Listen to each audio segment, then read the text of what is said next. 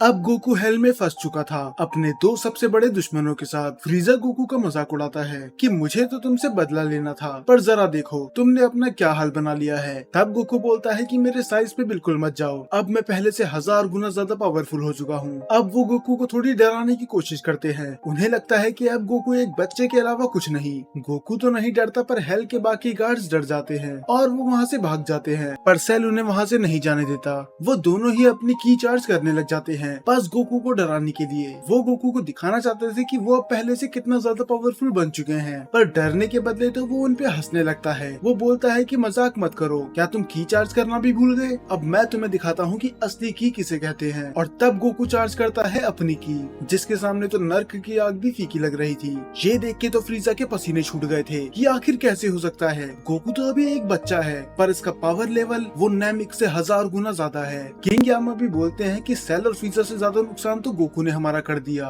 क्योंकि सच में उसने हेल की कई जगह डिस्ट्रॉय कर दी थी, वो भी तब जब वो बस अपनी की रिलीज कर रहा था। फाइटिंग तो उसने अभी शुरू भी नहीं करी। अब गोकू को खुद रियलाइज हो जाता है। वो बोलता है कि मुझे माफ करना, लगता है मैंने कुछ ज्यादा ही पावर दिखा दी। अब फ्रीजा और सेल दोनों ही हंसने लग जाते हैं कि तो तुम इतने भी कमजोर नहीं हो जितना हमें लगा था, पर फिर भी तुम हम दोनों को नहीं हरा सकते। और वो दोनों ही उस पे अटैक कर देते हैं और अर्थ पे भी पूरा केओस था। ट्रंक्स और गोटेन तो लड़ते लड़ते परेशान हो चुके थे और बेचारे गोटेन की तो पूरी डेट ही खराब हो गई फिर से। पर तभी वहाँ पर माजिनू आके बोलता है कि तुम दोनों इधर कर क्या रहे हो, जल्दी आके नीचे हमारी मदद करो। अब दोनों ही उससे देख के बोलते हैं कि आखिर इसे लीडर बनाया किसने। खैर छोड़ो, हमें अभी उसकी मदद करनी चाहिए। और वो दोनों भी उसके पीछे चले जाते हैं और पैन भाग रही होती है रिल्डो से। अब इसकी पावर तो पैन को पता थी, तो वो उससे लड़ने की गलती तो बिल्कुल नहीं करेगी। वो उस पे अटैक कर देता है, पर उस अटैक को रोक लेता है उसका डैड गोहान। और वो बोलता है कि तुम मिस्टर सेटन को यहाँ से दूर लेके जाओ, इस रोबो को मैं संभाल लूंगा। चलो फाइनली अब कम से कम गोहान फाइट तो करेगा। और उधर हेल में फ्रीजा गोकू पे लगातार की ब्लास्ट से अटैक कर रहा था। फ्रीजा को लगता है कि फाइनली उसने अपना बदला ले लिया, और जब धुआं हटता है उसे पता चलता है गोकू तो वहाँ है ही नहीं। तो क्या वो इतना फास्ट था कि फ्रीजा उसे देख भी नहीं पाया? अब सेल उसका मजाक उड़ाने लग जाता है कि मुझे यकीन नहीं होता कि जो फ्रीजा पूरे यूनिवर्स को रूल करता था, आज वो एक बच्चे को ट्रैक नहीं कर पा रहा। तुम्हें तो शर्म आनी चाहिए। फ्रीजा उसे पलट के जवाब दे नहीं वाला था, पर वो रुक जाता है और वो बोलता है तो अच्छा, तो तुम अपने बारे में क्या कहना चाहोगे, क्योंकि वो ठीक तुम्हारे सर के ऊपर है। अब ये सुन के सेल हैरान था, आखिर ऐसे कैसे हो सकता है, उसने तो गोकू को देखा भी नहीं था। और इस बात पे सेल भड़क जाता है। वो बोलता है कि तुम्हारी हिम्मत कैसे हुई मुझे इस तरह इंसल्ट करने की। तो वो गोकू पे यूज करता है स्पेशल बीम कैनन अटैक का, और वो बोलता है तो तुम पिक्लो का अटैक यूज कर रहे हो, ये बहुत ही ज्यादा चीप ट्रिक थी। और फ्रीजा भी यूज करता है डिस्ट्रक्टो डिस्क का, पर गोकू उसे आराम से डॉज कर ही लेता है। और वो बोलता है कि तुम भी क्रिलिन की टेक्निक यूज कर रहे हो, क्या तुम दोनों के पास अपनी कुछ टेक्निक है भी या नहीं? और तभी वो डिस्क वापस आने लग जाती है। अगर गोकू चाहता तो उसे आराम से डॉज कर सकता था, पर वो फ्रीजा को मॉक करने के लिए उस पे सर्फिंग करने लग जाता है, मानो वो उसका मजाक उड़ा रहा हो कि तुम्हारा अटैक किसी काम का नहीं है। अब इतना अपमान ये नहीं सह सकते थे, तो सेल यूज करता है कामेहामेहा का, पर गोकू तो उसे अपनी एक स्टिक से ही रिवर्स कर देता है और वो अटैक लगता है सीधा सेल को, जिससे उसका खेल वहीं पर खत्म हो जाता है। तो फ्रीजा डिसाइड करता है कि वो उस पर फिर से अटैक करेगा डिस्ट्रक्टो डिस्क के साथ, पर गोकू उसे भी आराम से रिवर्स कर ही लेता है और फ्रीजा के हो जाते हैं दो हिस्से। अब गोकू थोड़ा निराश था। वो बोलता है कि मैं इतनी दूर तुम लोगों से लड़ने आया और तुम इतनी जल्दी हार गए, कम से कम मुझे कुछ अच्छी फाइट तो देते। पर तभी उसे पीछे से आवाज आती है, क्या तुम्हें सच में लगता है कि तुमने हमें हरा दिया? और वो देखता है कि सेल अभी भी जिंदा है, और बस सेल नहीं, अब फ्रीजा भी फिर से जिंदा हो चुका था और उसकी बॉडी फिर से फिक्स हो जाती है। और वो दोनों बताते हैं कि तुम हमें नहीं मार सकते, हम पहले से ही मरे हुए हैं, तो ये समझ लो हम इमोर्टल हैं। पर डरने के बदले गोकू फिर से खुश हो जाता है, चलो कम से कम अब लड़ाई में मजा तो आएगा। और दूसरी तरफ अर्थ पे आ चुका था नापा, जो अपने इशारे से ही पूरे शहर को खत्म कर देता है। पर तभी उसे आवाज आती है अपने पुराने कैप्टन की, वेजिटा। और वेजिटा उसे उल्टा सीधा बहुत कुछ बोलता है कि वो एक माइंडलेस है और पता नहीं क्या क्या। अब वेजिटा को देख के नापा का खून खोलने लगा था। और अगर आपको याद नहीं कि ऐसा क्यों है, तो वेजिटा ने नापा को तब मारा था जब वो उसकी टीम में था। Mention note. ये कपाई सेयन मेरे किसी काम का नहीं, अब तुम सिर्फ बोझ हो।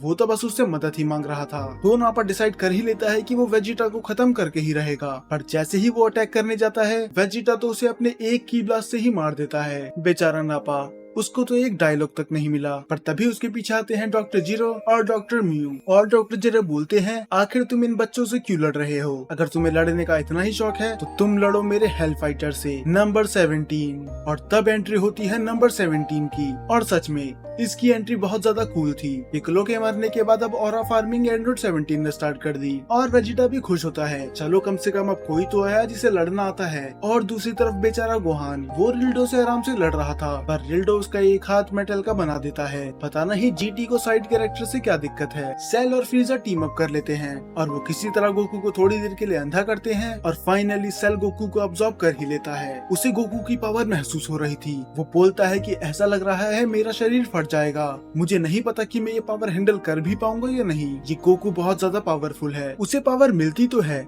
पर बस कुछ सेकंड के लिए ही। सेल को समझ में नहीं आता कि आखिर हुआ क्या, पर तब पता चलता है कि गोकू को अभी तक उसने पूरी तरह से अब्सॉर्ब किया भी नहीं था और वो उसके पूंछ के सहारे ही वापस आ जाता है। अब सेल और फ्रीजर दोनों परेशान हो चुके थे। गोकू पे कोई भी ट्रिक काम नहीं कर रही थी, ना उनका कोई अटैक, ना उनकी कोई चीप ट्रिक्स। तो अब वो बोलते हैं कि अब हम तुम पे यूज करेंगे हेल बस्टर। ये टेक्निक हमने इधर ही क्रिएट करी थी और वो दोनों मिलके उस पे अटैक कर देते हैं। गोकू को समझ में नहीं आता कि आखिर हुआ क्या, पर वो हेल की और गहराइयों में चली जाता है। मानो ये हेल का भी हेल था। वहाँ पर इसे एक छोटी बच्ची दिखती है जो पत्थरों के साथ खेल रही होती है। गोकू उससे पूछता है कि आखिर तुम अकेले इधर क्या कर रही हो, तुम्हारे पेरेंट्स किधर हैं? पर बाद में रिवील होता है कि वो कोई बच्ची नहीं थी, वो तो कोई बूढ़ी औरत थी। और ऐसी वैसी बूढ़ी औरत नहीं, ये वो है जो लोगों को हेल में सजा देती है। और वो गोकू को बोलती है कि तुम बहुत थके हुए लग रहे हो, क्यों ना तुम एक बात ले लो। अब गोकू हॉट स्प्रिंग के अंदर नहा रहा होता है। उसे लगता है कि ये तो बहुत अच्छी जगह है, मुझे बहुत अच्छा महसूस हो रहा है। पर बाद में उसे रियलाइज होता है कि वो नहा नहीं रहा, बल्कि उसे गरम कढ़ाई में तला जा रहा है। इसका मतलब गोकू को हेल में सजा मिल रही है। और ये तो बस पहली सजा थी, और दूसरी सजा ये थी कि उसे एक जगह पर बांध के गुदगुदी करी जाएगी। अब तो गोकू हंसते हंसते पागल हो गया था। और उसकी तीसरी सजा ये होती है कि उसे एक डब्बे के अंदर बंद कर दिया जाएगा, जहाँ पर बहुत ही ज्यादा गर्मी होगी। उसका तो नाम ही था हेल ऑफ बर्निंग हीट। और तीसरी सजा ये होती है कि उसे बर्फ में हमेशा के लिए दबा दिया जाएगा। और ये थी इसकी आखिरी सजा। गोकू डिसाइड करता है कि वो इसे अपनी की से दूर फेंक देगा, पर अफसोस इससे पहले वो ये कर पाता, वो धीरे धीरे बर्फ में दबने लग जाता है। और अब वो अपने हाथ पैर भी नहीं हिला पा रहा था। तब वो बूढ़ी औरत बताती है कि ये कोई आम बर्फ नहीं है, इसे तुम तोड़ ही नहीं सकते, चाहे तुम कितना भी जोर क्यों न लगाओ। अब तुम यहाँ पर जिंदगी भर के लिए फंस चुके हो। और ये चीज फ्रीजा और सेल दूर से खड़े होकर देख रहे होते हैं। वो बोलते हैं कि तुम इससे कभी बाहर नहीं निकल पाओगे। हमें पता था कि हम तुम्हें फिजिकल फाइट में नहीं हरा सकते, पर हमने अपना दिमाग यूज करके तुम्हें हरा ही दिया। और उधर 17 और वेजिटा की फाइट चल रही थी। वेजिटा के पास अपर हैंड था, और यहाँ तक कि अभी तो उसने अपनी सुपर सेन फॉर्म भी यूज नहीं करी थी। तो 17 दूसरे 17 से बोलता है कि तुम्हें यहाँ पर जल्दी आना ही होगा, मुझे नहीं पता कि मैं इस वेजिटा को कब तक रोक पाऊंगा, ये मुझसे बहुत ज्यादा पावरफुल है। और दूसरा 17 तो वहाँ लोगों को मार रहा होता है, और उन्हीं लोगों में से कुछ होते हैं क्रिलिन की फैमिली। अभी 18 क्रिलिन से नाराज थी। वो उससे बोलती है कि हमें उड़ के जाना चाहिए, पर क्रिलिन मना कर देता है। और यही रीजन था कि वो मुंह फुला के बैठी हुई है। और तभी वो नोटिस करते हैं कि कोई लोगों पे अटैक कर रहा होता है, और वो होता है खुद 18 का भाई 17। 18 को यकीन नहीं होता कि आखिर वो ऐसे क्यों कर रहा है। अब 18 का दिमाग खराब हो चुका था। वो बोलती है कि तुम उन लोगों को क्यों मार रहे हो, आखिर उन्होंने तुम्हारा क्या बिगाड़ा है। और 17 को तो कोई फर्क पड़ ही नहीं रहा होता। वो बोलता है कि ये लोग यही डिजर्व करते हैं, और वैसे भी तुम भूल गई कि हमें क्यों बनाया गया था। इस अर्थ पे बस हम जैसे एंड्रॉइड ही राज करेंगे, तो वापस आ जाओ। इन इंसानों के साथ रहने से तुम्हें कुछ नहीं मिलेगा। और 18 भी उसके माइंड कंट्रोल में आने लगी थी। वो भी बोलती है कि हाँ, हम दोनों पार्टनर्स हैं। अब जी फाइटर्स के हाथ से जीत निकलती हुई दिख रही थी, और बेचारा गोकू वो तो हमेशा के लिए बर्फ में ही दब गया। अब 17 उसके कब्जे में आने लग जाती है। वो बोलते हैं कि मैं समझ गई, हम एंड्रॉइड्स का जन्म ही हुआ है इंसानों को खत्म करने के लिए। वो उसके पास जा ही रही होती है, पर क्रिलिन की आवाज सुन के उसका माइंड कंट्रोल टूट जाता है। वो बोलता है कि मेरा क्या और हमारी बेटी का क्या, तुम ऐसे ही हमें छोड़ के नहीं जा सकती। अब 18 तो उसके माइंड कंट्रोल से निकल जाती है, और अब क्रिलिन समझाता है 17 को कि और तुम्हारे साथ क्या हो गया, तुम तो ऐसे एक्ट कर रहे हो मानो डॉक्टर जीरो तुम्हारे भगवान हो। क्या तुम भूल गए वो तुम ही थे जिन्होंने उन्हें मारा था? तो ऐसा क्या हो गया कि तुम फिर से उनके कब्जे में आ गए? अब ये बात सुन के वो भी धीरे धीरे माइंड कंट्रोल से बाहर आ ही रहा था। अब उसके इमोशंस और याददाश्त वापस आ रही थी। वो उसके माइंड कंट्रोल से निकल ही गया था, पर तभी उसे आवाज आती है हेल फाइटर की, और वो बोलता है कि तुम क्या कर रहे हो, मुझे तुम्हारी जरूरत है, वरना ये वेजिटा मुझे हरा ही देगा। 17 को समझ में नहीं आ रहा होता वो क्या करे, वो क्रिलिन की बात सुने या फिर हेल फाइटर की। तो उसका दिमाग काम नहीं करता, तो वो क्रिलिन को ही मार देता है। 18 को अपनी आंखों पे यकीन नहीं होता। कि उसके भाई ने उसके पति को मार दिया। अब 18 को वो सभी फ्लैशबैक आते हैं जब क्रिलिन ने उसकी मदद करी थी। वो हर बार उसके लिए खड़ा रहा, तब भी जब वो एक ईवल एंड्रॉइड थी, पर आज उसके भाई ने ही उसकी जान ले ली। अब 18 अपना आपा खो देती है और वो 17 पे अटैक कर देती है। वो बोलती है कि मैं तुम्हें छोड़ूंगी नहीं, इससे फर्क नहीं पड़ता कि तुम मेरे खुद भाई क्यों ना हो। अब मैरिन भी डर चुकी थी, वो इन दोनों की तरह फाइटर नहीं है, तो 18 उससे बोलती है कि यहाँ से भाग जाओ और पीछे मुड़ के मत देखना। मैरिन को ये करना तो नहीं था, पर वो अपनी मॉम की बात टाल नहीं पाती। 17 उसे मारने ही वाला होता है, पर तभी 18 बीच में आ जाती है और बोलती है कि तुम्हारी लड़ाई मुझसे है, उसे छोड़ दो। और वो दोनों ही एक दूसरे पे अटैक करते हैं, पर 17 इस टाइम पे उससे ज्यादा पावरफुल था और वो 18 को भी मार के वहाँ से चली जाता है। वो मैरिन के पीछे इसलिए नहीं जाता क्योंकि उधर हेल फाइटर उसका वेट कर रहा है। फिर हमें दिखाई जाता है कि 18 की सांसें अभी भी थोड़ी बहुत चल रही थी और वो आखिरी समय में अपने पति के साथ रहना चाहती थी। वो रेंगते हुए उसके पास जाती है और उसका हाथ पकड़ लेती है और उससे आखिरी बार माफी मांगकर खुद भी मर जाती है। हमने अपने बहुत इजी फाइटर्स खो दिए हैं, हू, पिकलो, रिलिन और अब 18 भी। और दूसरी तरफ हेल में बेचारे गोकू को कुछ पता ही नहीं था कि उसके सभी दोस्त धीरे धीरे करके मर रहे हैं। रीजा और सेल उसका मजाक उड़ाते हैं कि आज तक इस बर्फ को कोई नहीं तोड़ पाया, इसे तोड़ना इम्पॉसिबल है। तब वो बताते हैं पर हम इसे बाहर से जरूर तोड़ सकते हैं और अगर हमने ऐसा करा तो गोकू मारा जाएगा। पर तब वो देखते हैं कि बर्फ धीरे धीरे पिघल रही होती है। वो बुढ़िया हैरान थी, वो बोलती है कि ऐसे कैसे हो सकता है, आज तक इसे कोई अंदर से तोड़ ही नहीं पाया। दरअसल वो अपनी की चार्ज कर रहा था, पर फिर भी ये तो इम्पॉसिबल था। तब वो बुढ़िया बताती है कि मुझे समझ में आ गया कि इधर क्या हो रहा है। दरअसल ये जगह उन लोगों के लिए है जो मरे हुए हैं, पर गोकू अभी भी जिंदा है, तो ये रूल उस पे काम नहीं करेगा। ये बर्फ को तोड़ सकता है क्योंकि इसकी बॉडी बहुत ज्यादा गर्म है। और फाइनली गोकू बाहर निकल ही जाता है और वो बोलता है कि अब मैं बोर हो चुका हूँ, तो इस खेल को जल्दी खत्म करो। और वो उन दोनों को एक ही किक में गिरा देता है। पर तब सेल बोलता है कि तुम जानते हो ना कि तुम हमें नहीं मार सकते क्योंकि हम पहले से ही मरे हुए हैं। तब गोकू एक स्माइल के साथ बोलता है कि मुझे पता है कि मैं तुम्हें नहीं मार सकता,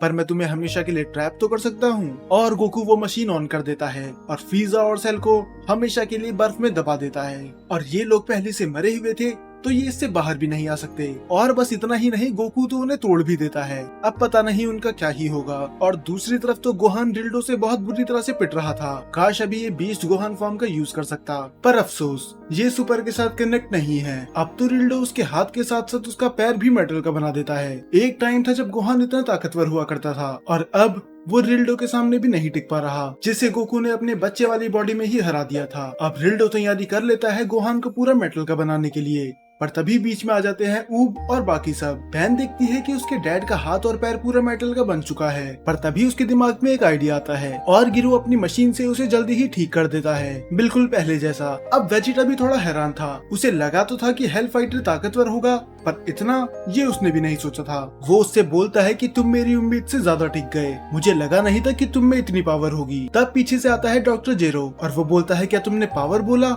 ये तो कुछ भी नहीं है, तुम्हें तो अभी पावर का मतलब भी नहीं पता। जिस 17 से तुम लड़ रहे हो मेरे हिसाब से तो वो बहुत वीक है, क्योंकि जब बनेंगे ये सुपर 17 तब तुम तो क्या तुम्हारी पूरी सेन रेस से नहीं हरा सकती। और तभी वहाँ पर नंबर 17 आ जाता है। वेजिटा चौंक चुका था, आखिर ऐसा कैसे हो सकता है, क्योंकि जहाँ तक मुझे याद है 17 तो बस एक ही था, क्या इनका कोई तीसरा भाई भी था। अब यहाँ पर बाकी सब लोग भी आ जाते हैं। ये सभी लोग भी हैरान थे कि आखिर दो 17 यहाँ पर क्या कर रहे हैं। तब डॉक्टर म्यू बोलता है कि बाकी सब भी यहाँ पर आ गए, चलो हमारा काम तो आसान हो ही जाएगा, हम तुम सबको एक ही साथ खत्म कर देंगे। और डॉक्टर जीरो उन्हें वार्न करते हैं कि जब ये दोनों यूनाइट होंगे तब ये बनेंगे अल्टीमेट एंड्रॉइड्स। फिर डॉक्टर म्यू उसे ऑर्डर दे देता है कि तुम अपना काम शुरू करो और ये दोनों फ्यूज हो जाते हैं। और फ्यूजन कितना स्ट्रॉन्ग हो सकता है ये तो हम सबको ही पता है, और इसी फ्यूजन के साथ जन्म होता है सुपर 17 का। वेजिटा और बाकी सभी हैरान थे, एंड्रॉइड होने की वजह से वो उसकी एनर्जी सेंस तो नहीं कर सकते थे, पर वो बता सकते थे कि ये बहुत खतरनाक है, और बस अपने ऑरा से ही वो आसपास की पूरी जगह डिस्ट्रॉय कर देता है। ऊब और बाकी लोग तो उसके सामने खड़े भी नहीं हो पा रहे थे।